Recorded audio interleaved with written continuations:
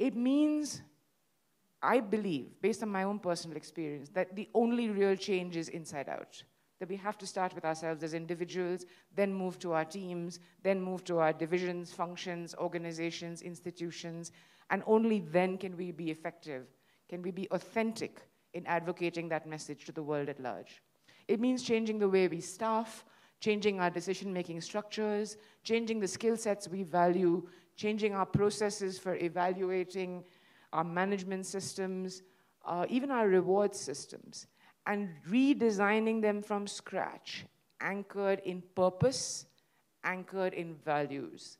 Till we as individuals, teams, and organizations don't live the values that we're preaching, we're only going to be applying Band-Aids. There is a model of 21st century leadership that is now being touted even in the management journals. And it says really the role of a leader. First of all, it says that leaders can exist anywhere in the system. Dharmaraj, to me, was a leader. He provided leadership in his community in not going out there and wreaking revenge for what had happened to him. And what it says is that in the 21st century, the role of leadership, and I'm referring here not just to individual leaders, but to institutions like CARE or Civicus or any other organization. One role, one value we can provide is to make sense. In this, we live in what the Chinese might call interesting times, historic times. There's so much information, ascertaining its veracity, validating it, collating it, compiling it, and disseminating it within our organizations, to our publics, to our donors, so that they can they understand it, and to the communities that we work with in a way that they can then work with it to achieve their ends. Relating.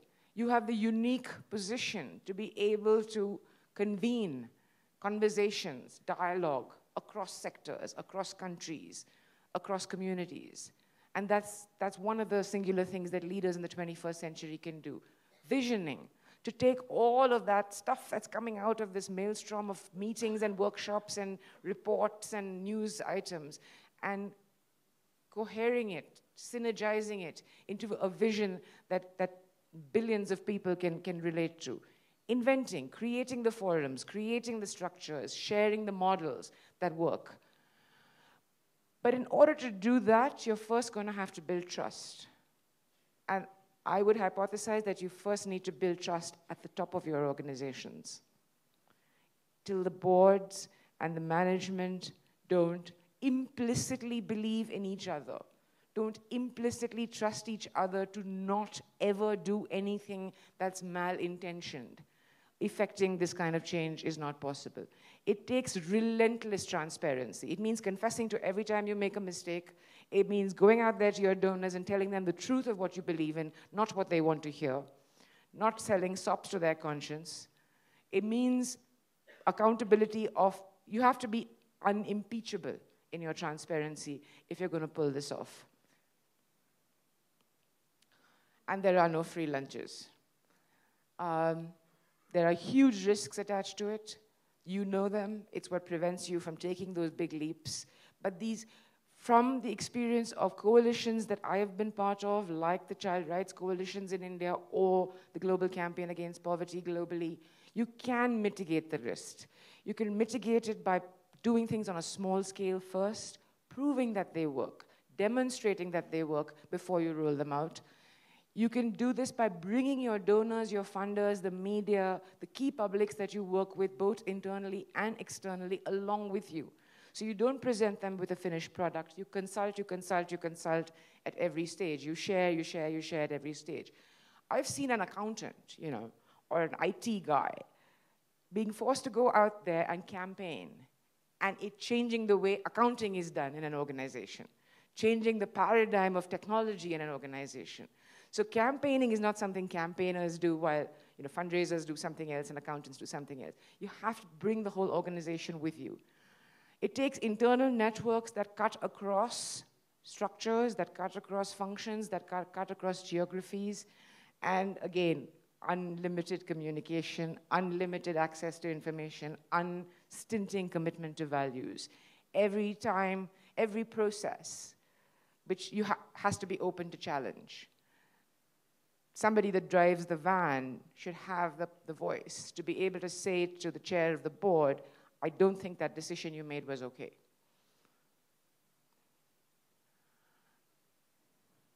The opportunity is ours. We have, you have, sitting in this room, the combined stature, the combined resources, the combined knowledge, and the combined access that makes you a truly global force. You have this amazing asset of your credibility that cuts across levels. You can speak at the UN, in the White House, in Downing Street, just as much as you can speak with credibility at the grassroots.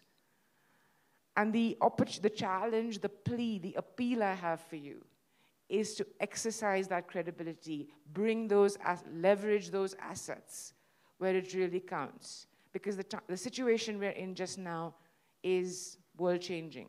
It is, Woody Allen said something about how we were at a crossroads and one path leads to total annihilation and the other one to total despair, and hope that we make the right choice.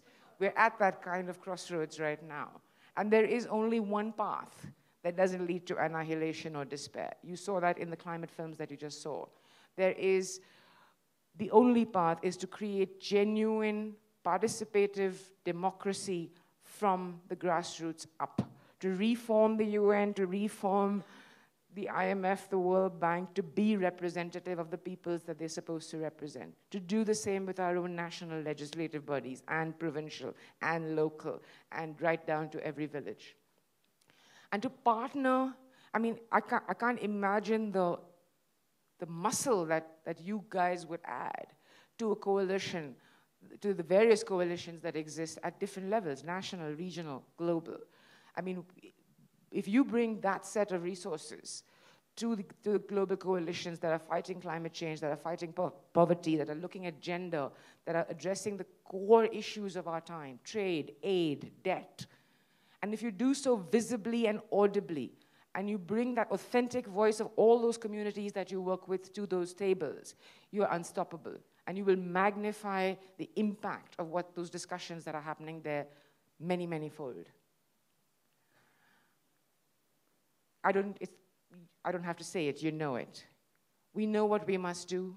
It is to achieve true justice among our fellow citizens. The question is not what programs we should seek to enact. The question is whether we can find in our own midst and in our own hearts that leadership of humane purpose that will recognize the terrible truths of our existence, said Robert Kennedy, a man that's been much quoted in recent times. Thank you.